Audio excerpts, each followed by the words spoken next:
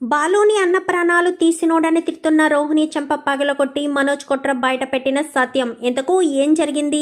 అసలు బాలుని అన్న ప్రాణాలు తీసినోడని తిట్టే అవసరం ఏమొచ్చింది? మరి రోహిణి ఆ మాట అంటే రోహిణిని సత్యం కొట్టడం ఏంటి? ఇదంతా కూడా వీడియోలో చూసి తెలుసుకునేద్దాం.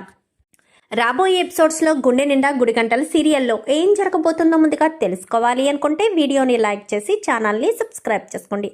మొత్తం మీరు చూసుకున్నట్లయితే దినేష్ జైలు నుంచి విడుదలైన తర్వాత సరాసరి సుగుణమ్మ వాళ్ళ ఈ ఊరు వెళ్ళి అక్కడ ఆడుకుంటున్న చింటూతో సెల్ఫీ ఫోటో తీసుకుని మరీ కళ్యాణికి పెడతాడు.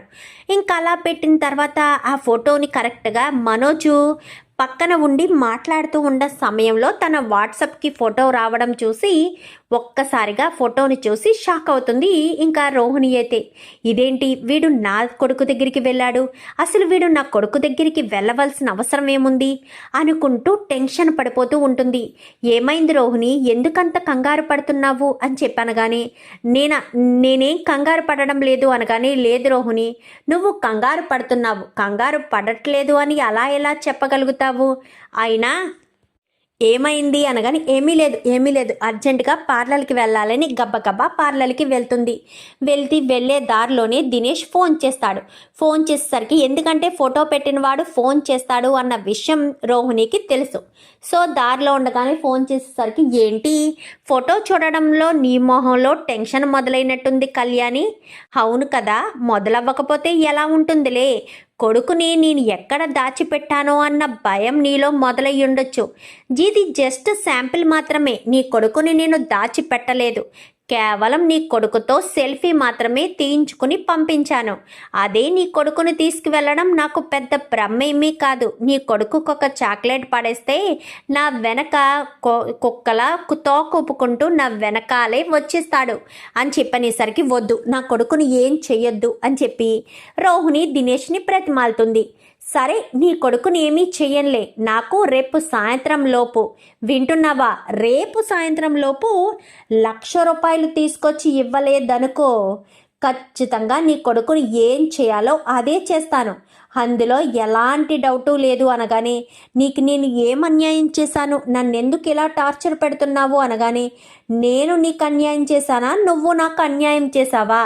నా భార్య పిల్లల్ని నా నుంచి దూరం చేశావు, ప్రతి క్షణం నన్ను ఎందుకింత ఇలా టార్చర్ పెడుతున్నావు అంటూ రోహిణి కళ్ళంట నీళ్లు తెచ్చుకుంటుంది. నువ్వు ఏడ్చి మొత్తుకున్నా, నేల మీద పడి దొల్లినా నాకు ఎలాంటి సంబంధం లేదు. రేపు సాయంత్రం లోపు నువ్వు నాకు 1,00,000 రూపాయలు ఇవ్వలేదనుకో, ఖచ్చితంగా నేను నీ కొడుకుని దాచిపెడతాను. అప్పుడు ఎంత డబ్బు డిమాండ్ చేస్తానో నీ ఊహకే అందదు. ఇప్పుడు 1,00,000 రూపాయలు మాత్రమే చెప్పిన నేను అప్పుడు ఎంతైనా చెప్పగలను. అప్పుడు అలాంటి పరిస్థితిలో ఇంకలా చెప్పేనే అనుకో, అప్పుడు నీ పరిస్థితి ఏమవుతుందో అర్థం చేసుకో. ఇప్పుడు నీ కొడుకుని నేను దూరం నుంచి చూశాను, అదే నీ కొడుకుని నేను దగ్గరికి వెళ్ళి చూసానే అనుకో, ఇంకా అయిపోయినట్టే అని చెప్పాను. కానీ వద్దు, నా కొడుకుని ఏం చేయొద్దు, నేను డబ్బులు ఏదో ఒకటి చేస్తానని తల పట్టుకుని హడావిడిగా పార్లర్కి వచ్చేస్తుంది.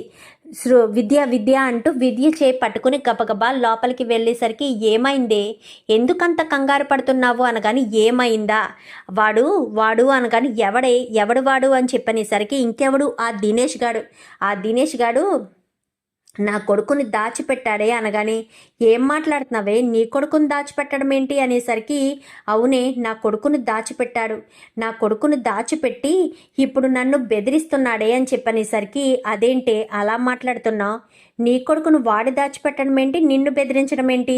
అవునే, ఇప్పుడు నాకు ఎటూ తేల్చుకోలేని పరిస్థితిలో ఉన్నాను, ఎందుకంటే వాడు నన్ను చాలా టార్చర్ పెడుతున్నాడు, ప్రతి క్షణం నన్ను బాధ పెట్టడానికే చూస్తున్నాడు, నేను ఏం చేయాలో నాకు అర్థం కావట్లేదు అంటూ మాట్లాడడంతో, అవునా, ఇప్పుడు ఏం చేద్దామే అనగానే, అదే కదా తెలియడం లేదు, నేను ఎటూ తేల్చుకోలేని పరిస్థితిలో ఉన్నానే, నాకు చాలా టెన్షన్గా ఉంది, ఇప్పుడు 1,00,000 రూపాయలు ఎక్కడి నుంచి తీసుకురావాలో తెలియడం లేదు, అసలే నిన్ననే మనోజ్ని మోసం చేసి 1,75,000 తీసుకున్నాను. ఇప్పుడు మళ్ళీ 1,00,000 రూపాయలంటే మనోజ్ ఇస్తాడా?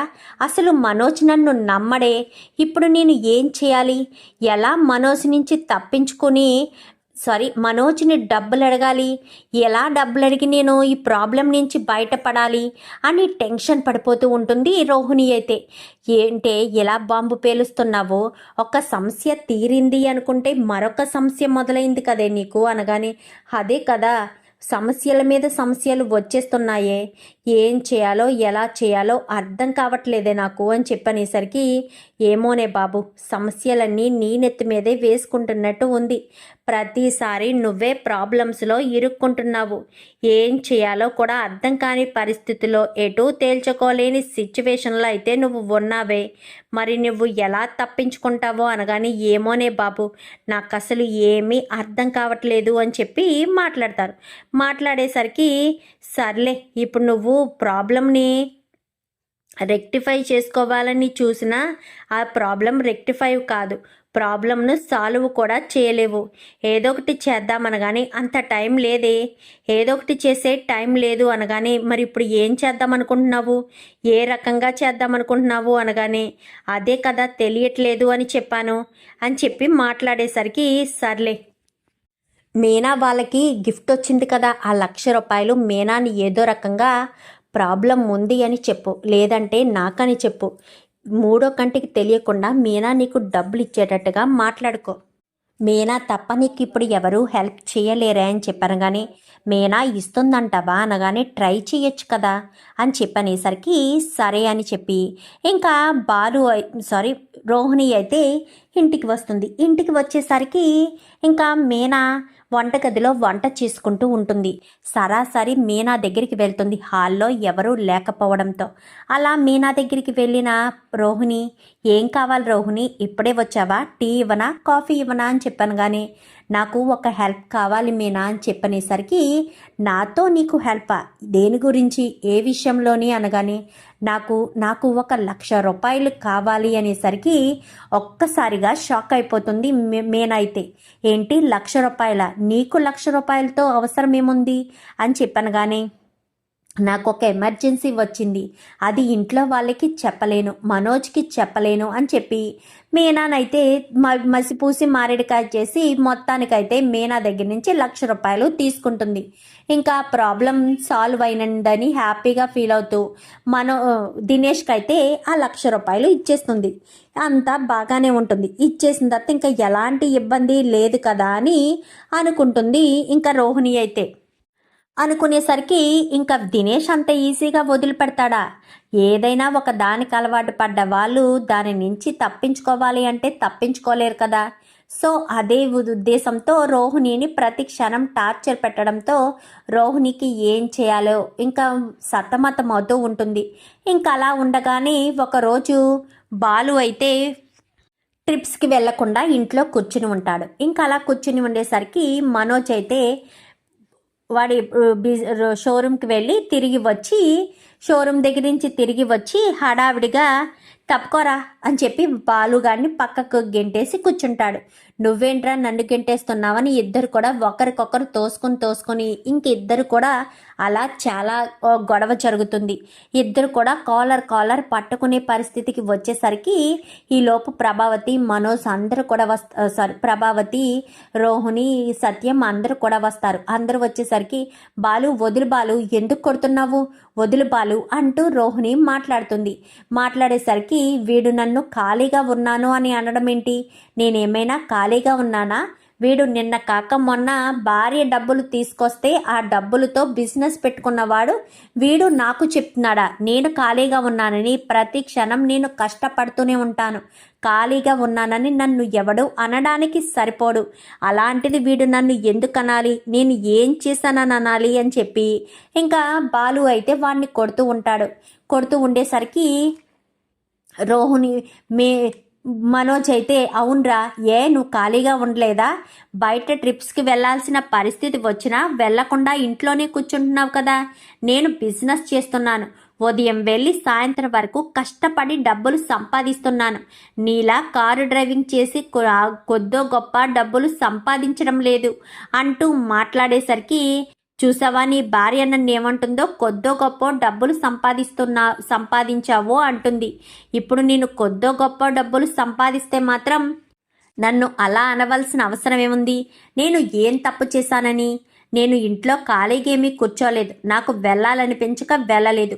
కానీ ఈ లక్షల మింగినోడు గుడి ముందు అడుక్కు తినేవాడు నాకు చెప్పేవాడు, ఏంటి బాలు ఏమంటున్నావు? నా భర్తను పట్టుకుని అంతన్ని మాటలు ఎందుకనాలి? ఎప్పుడో గతంలో జరిగిపోయిన విషయాన్ని ఇప్పుడు ఎందుకు నువ్వు పదే పదే అదే విషయాన్ని తవ్వుతున్నావు అంటూ ఇంకా బాలు అనైతే రోహిణి అంటుంది. నీకేం తెలుసు పార్లమ్మ, వీడు ఎన్ని తప్పులు చేశాడో. వీడు పెళ్లి పెట్టల మించి మీనాను వదిలేసి ఒంటరిగా తను కేవలం 20,000 రూపాయలు డ్రెస్సును పోగొట్టాడు, పైగా 40 లక్షల రూపాయలు పోగొట్టాడు అని చెప్పనేసరికి ఇంకా ఏం మాట్లాడాలో అర్థం కాక ఇంకా అలా చూస్తూ ఉంటారు. ఏంటి ఎవరు ఏం మాట్లాడరు? ఇప్పటి వరకు చెప్పారు కదా, మరి ఇంత డబ్బు ఉంది, ఇంత ఎలా ఉంది, ఇప్పుడు మరి ఇలాంటి సమయంలో అయినా సరే వీడు నన్ను అనడమేంటి అంటూ ఇంకా వీడు నన్ను అనేంత గొప్పవాడా అంటూ మనోజ్ కాలర్ పట్టుకుని అస్సలు వదిలిపెట్టడు బాలు అయితే. ఏంట్రా ఇద్దరు కొట్టుకుంటున్నారు, వదలరా వాడి కాలర్ని, వాడు నన్ను అనడమేంటి? ఇన్ని రోజులు నేను కష్టపడుతూనే ఉన్నాను. వాడు చేసిన తప్పులన్నీ సరిదిద్దుకుంటూ వాడు చేసిన తప్పుల్ని దాచిపెడుతూ ఎంత మోసం చేసిన తర్వాత ఇంకా వాణ్ణే వెనకేసుకొస్తున్నారు. నేను అసలు ఏం తప్పు చేశానని? నేను ఏ తప్పు చేయలేదు. అయినా నన్ను ఎందుకు పదే పదే ఆ మాటలు అంటూ ఉండాలి అని చెప్పి ఇంకా మనోజ్నైతే బాలు అంటూ ఉంటాడు. వదలకుండా కాలర్ పట్టుకునేసరికి నీ పెద్ద అన్నయ్య ప్రాణాలు తీసినట్టు మీ రెండో అన్నయ్య ప్రాణాలు కూడా తీయాలనుకుంటున్నావా? వదులు నా భర్తని అనేసరికి, ఏంటి నేను నా పెద్దన్నయ్య ప్రాణాలు తీసానా? అవును, నీ పెద్దన్నయ్యని నువ్వే నీళ్ళల్లోకి తోసేసి ప్రాణాలు తీసావు. దానికే కదా నువ్వు వెళ్ళి జైల్లో కూర్చున్నావు. నాకు తెలియదనుకున్నావా? నా భర్త నాకు అన్ని విషయాలు చెప్పాడు. అందుకే అత్తయ్య నిన్ను అసహించుకుంటారు అని కూడా చెప్పాడు. నాకు పెళ్ళైన కొత్తలో నిన్ను దూరం పెడుతుంటే అనుమానం కలిగింది. ఒకరోజు మనోజ్ని అడిగితే మా అన్నయ్యని తన ప్రాణాలు తీశాడు నీళ్ళలోకి తోసేసి అని చెప్పాడు. అప్పటి నుంచి కూడా నీ మీద నాకు చాలా కోపం వచ్చింది. అంటే ఒక వ్యక్తి ప్రాణాలు తీసేంత దుర్మార్గుడు అన్నమాట నువ్వు అని అనుకున్నాను. ఏ రోజు కూడా నేను ఎప్పుడూ నిన్ను వేలెత్తి చూపించలేదు. నా భర్తని ఎన్ని మాటలు అంటున్నా, కానీ ఈరోజు నా భర్తను కొట్టే పరిస్థితి వరకు వచ్చావు నువ్వు అంటూ ఇంకా రోహిణి చాలా గట్టిగా మాట్లాడేసరికి రోహిణి చంప చెల్లు మనిపిస్తాడు సత్యం. ఎందుకండి రోహిణిని కొడుతున్నారు? రోహిణి అన్న దాంట్లో తప్పేముంది అనగానే, తెలిసి తెలియకుండా మాట్లాడితే రోహిణి అన్నది తప్పే ప్రభా. అసలు ఈ దెబ్బ పడాల్సింది నీ మీద. అసలు వీడిని ఇంత దూరం పెట్టింది నువ్వు. నీ మీద పడాలి. నా కొడుకు ఏం తప్పు చేశాడని అనగాని, ఏ మామయ్య గారు, మీ కొడుకుని రౌడీ హత్య చేసిన వాడు, పెద్ద అన్నయ్యని ప్రాణాలు తీసినవాడు అంటూనే మీకు ఎంత బాధ కలుగుతుంది? మరి అత్తయ్య గారు ఎంత బాధపడుంటారు? తన కన్న కొడుకు, ఇంటికి పెద్ద కొడుకు ప్రాణాలు పోయాయి అంటే తను ఎంత బాధపడుంటారు? అది అర్థం చేసుకోరా అనగానే, నీకేం తెలుసు బాలు గురించి? అసలు నీకేం తెలుసు? నీకు చెప్పిన వాడే అసలు నేరస్తుడు అన్న విషయం నీకు తెలుసా అంటూ మాట్లాడడంతో, ఏంటత్తయ్య ఏం ఏంటి మావయ్య ఏం మాట్లాడుతున్నారు? నాకు చెప్పిన వాడు నేరస్తుడేంటి అని చెప్పాను. కానీ అవును, వాడే నేరస్తుడు. ఇప్పుడు నీకు చెప్పాడే అదే మాటను నీ నెత్తి మీద ఒట్టేసి చెప్పమను. వాళ్ళ పెద్ద అన్నయ్యని ప్రాణాలు తీసింది మనోజీ అన్న బాలు అన్న విషయం నీ మీద ఒట్టేసి చెప్పమని వాడిని, అప్పుడు నమ్ముతాను అనేసరికి, ఏంటి నాన్న ఒట్టేసి చెప్పడం ఏంటి? అప్పుడు వాడే కదా చెప్పాడు, ఒప్పుకున్నాడు కదా అనగాని చెంప చెల్లు మనిపిస్తాడు. ఏంట్రా నాకు తెలియదు అనుకుంటున్నావా? వాడు ఒప్పుకోలేదు. వాడు ఒప్పుకునేటట్టు నువ్వు చేశావు. వాళ్ళమ్మ వాడిని దూరం పెట్టింది కాబట్టి ఇంకా నిన్ను వాడు దూరం పెట్టడం అంత మంచిది కాదు అనుకుని వాడు ఒప్పుకునేటట్టు చేశావు. అంతే తప్ప వాడు అసలు ఏ తప్పు చేయలేదు, ఏ మోసం చేయలేదు. అర్థమవుతుందా? అంటూ చెప్పేసరికి ఏంటండి ఏం మాట్లాడుతున్నారు, తప్పు చేసింది మనోజ్ అంటారేంటి, పెద్దోడిని బాలు కథ తోసేశాడు అనగానే నీకు అదే తెలుసు ప్రభా, కానీ రో బాలు చెప్పొద్దంటేనే నేను ఆ విషయాన్ని చెప్పలేదు, లేదంటే ఆ విషయాన్ని ఎప్పుడో బయట పెట్టేవాడిని.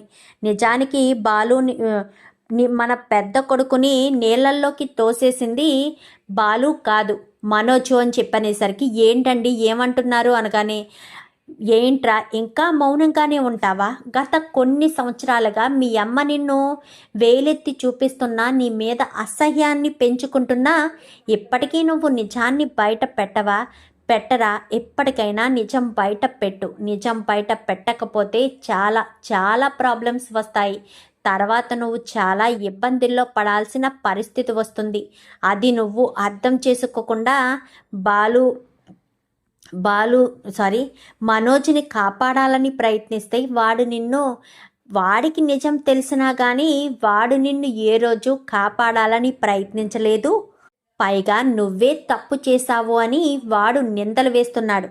వాడు నీ మీద నింద మోపి ఇంత దారుణంగా ప్రవర్తిస్తుంటే నువ్వింకా చూస్తూ ఊరుకుంటావా, ఇలా చేయడం చాలా పెద్ద తప్పు, అది నువ్వు అర్థం చేసుకోవట్లేదు. నా కొడుకు ఇన్ని రోజులుగా నేను ఎంతో క్షోభను అనుభవిస్తున్నా, నా కళ్ళతో చూసినా నేను సైలెంట్గా ఊరుకుని ఎందుకున్నాను తెలుసా. సర్లే, వాడు అప్పుడు ఎప్పుడో చేసిన తప్పు గురించి వీడింకా బాధపడుతున్నా, నేను ఏమీ చేయలేకపోయాను. ఇన్ని రోజులు మనోజు తప్పు చేసిన, బాలు మీద నిందపడిన ప్రభావతి బాలుని అపార్థం చేసుకుని వాడి మీద ప్రేమ చూపించకపోయినా వాడు ఎప్పుడూ బాధపడలేదు. ఈరోజు మీ అన్నను ప్రాణాలు తీసినోడా అంటూ నువ్వు నోటుకొచ్చినట్టల్లా మాట్లాడిన తర్వాత ఇప్పుడు నేను నిజం చెప్పకుండా పెద్ద తప్పు చేశాను. నాకు బాలు ఎక్కువ, మనోజ్ తక్కువ ఏంటి?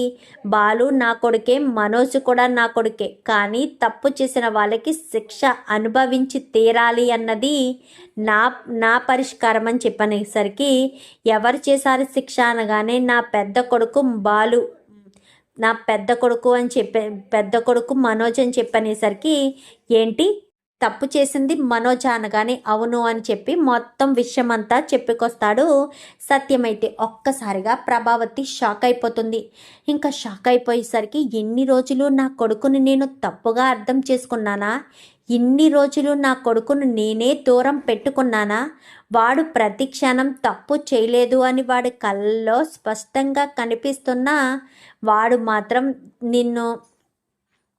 నా పెద్ద కొడుకు ప్రాణాలు తీసింది వీడేనని నేను నమ్మాను, మోసపోయాను, చాలా మోసపోయానండి అని చెప్పాను. కానీ అవును ప్రభా, ఇన్ని రోజులు నిజం చెప్పకపోవడం నాది తప్పే, నేనే దీనంతటికి కారణం.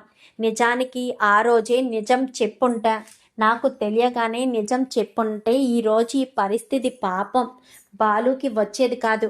ప్రతి ఒక్కరూ బాలునే తప్పు పడుతున్నారు, బాలు ఏదో తప్పు చేశాడు అని అనుకుంటున్నారు.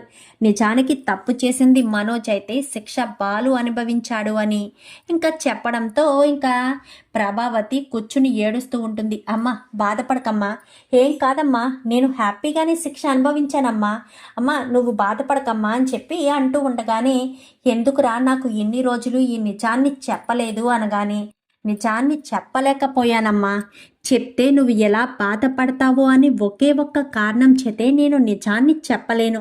నీకు నిజం తెలిస్తే నువ్వు బాధపడతావు, నువ్వు బాధపడడం నాకు అస్సలు ఇష్టం లేదు, అందుకోసమని చెప్పలేకపోయాను అంటూ చెప్పేసరికి ఇంకా ఏం మాట్లాడాలో ఏం చేయాలో ఎటు తేల్చుకోవాలో అర్థం కాక అక్కడికక్కడే ప్రభావతి కుప్పకూలిపోయి ఏడవడం మొదలు పెడుతుంది.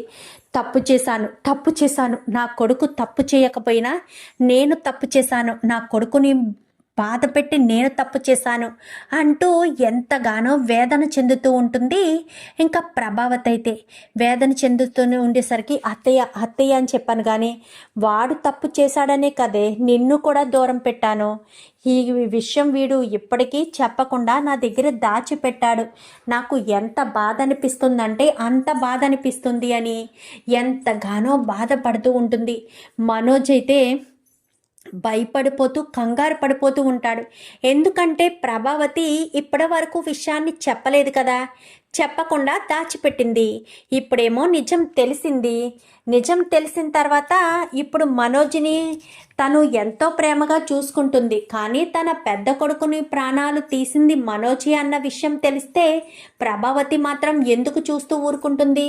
ఇంకా ఇన్ని రోజులు మనోజ్ మీద చూపించిన ప్రేమ మొత్తం చూపించడం మానేస్తుంది కదా అని మనోజ్ అయితే భయపడిపోతూ ఉంటాడు. అమ్మ అని చెప్పాను కానీ ఇంకా మనోజ్ మీద పిచ్చ కోపం వస్తుంది. పైకి సర్రని లేచి మనోజ్ చెంప చెల్లు అనిపిస్తుంది. నా పెద్ద కొడుకు ప్రాణాలు తీసి నా రెండో కొడుకు మీద నేరం నెట్టి నువ్వు మాత్రం హ్యాపీగా ఇంట్లో వాళ్ళు అందరి మీద పెత్తనం సాధిస్తూ వాళ్ళని నేను సరిగ్గా చూడకుండా ఉండేటట్టు నిన్ను మాత్రమే సరిగ్గా చూసేటట్టుగా ఎంత మోసం చేసావరా నన్ను, ఇంత మోసం చేస్తావని కలలో కూడా అనుకోలేదు అంటూ మాట్లాడేసరికి అది కాదమ్మా అనగాని వద్దు మనోజ్ వద్దు, ఇంకా నువ్వు నాకేం చెప్పద్దు, నువ్వేంటో నీ మనస్తత్వం ఏంటో తెలిసింది, నువ్వు కావాలని దంతా చేసావని అని చెప్పి అనేసరికి అసలు ఎందుకు అబద్ధం చెప్పావు? అప్పుడు నీ భయం చూసి నాకు భయం వేసిందమ్మా. నన్ను ఏం చేస్తావో నా పరిస్థితి ఏమవుతుందో అని తెలిసి భయం వేసి భయపడ్డాను తప్ప వేరే ఉద్దేశం కాదమ్మా. ఆయన మా అన్నయ్య మనోజే కదమ్మా, మనోజ్ అన్నయ్యే కదా. ఏమైంది అనగానే నువ్వు మంచివాడివిరా బాలు, తప్పు ఎవరు చేసినా శిక్ష నీకు పడినా పర్వాలేదనుకునేవాడివి. ప్రతి ఒక్కరూ అలా ఉండర్రా, ప్రతి ఒక్కరూ అలా ఉండకే ఎవరో చేసిన తప్పు నీ మీద పడింది, నువ్వు శిక్ష అనుభవించావు అంటూ ఎంతగానో ప్రభావతి ఏడవడం మొదలు పెడుతుంది. ఏడవడం మొదలు పెట్టేసరికి అది కాదురా వదిలేసే అంటూ ఎంతగానో ఇంకా సత్యమయ్యులంతా కూడా మాట్లాడుతున్న ప్రభావతి మాత్రం ఏడుస్తూనే ఉంటుంది. అమ్మ ఏడవద్దమ్మా అనగాని ఈ చేత్తోనే కదరా నిన్ను ఎన్నోసార్లు ఎన్నో మాటలు అన్నాను, కొట్టాను, తింటాను, నేను ఉండకూడదు అనగానే అమ్మ ఎందుకంత బాధపడుతున్నావు, ఎందుకంత వేదన చెందుతున్నావు, వదిలేసే అని చెప్తున్నాను కదా. ప్రతి క్షణం నువ్వు ఇలా బాధపడుతూ ఉండడం, చేసిన తప్పుని సరిదిద్దుకోలేదు అన్న క్షోభ నాకు ఉండకూడదు. మా అన్నయ్య తప్పు చేయకపోయినా మా అన్నయ్య కోసమే కదా నేను ఇదంతా చేశాను అన్న ఉద్దేశంతోనే నేను ఊరుకున్నాను అంతే తప్ప వేరే ఉద్దేశం కాదమ్మా. అందుకే నువ్వంటే నాకు చాలా ఇష్టం, నువ్వు ప్రేమ పంచితే నేను సంతోషపడిపోవాలి అనుకున్నాను. కానీ ఈరోజు నీకు నిజం తెలిసిపోయింది. ఏ నిజమైతే నీకు తెలియకూడదనుకున్నానో ఆ నిజమే నీకు తెలిసిపోయిందని మనోజ్ ఏడుస్తాడు. నువ్వు కాదురా ఏడవలసింది, నేను. వాడిని నమ్మి నేను మోసపోయాను, వాడు చెప్పిందల్లా నిజమని నమ్మాను, వాడికే నేను ప్రతి క్షణం సపోర్ట్ చేశాను, వాడు ఎంత దుర్మార్గుడని అస్సలు అనుకోలేదు అని ప్రభావతి కాస్త ఇంకా ఎంతగానో ఏడుస్తూ ఉంటుంది. ప్రభా అని చెప్పాను కానీ నాకు మీరైనా నిజం చెప్పాలి కదండి.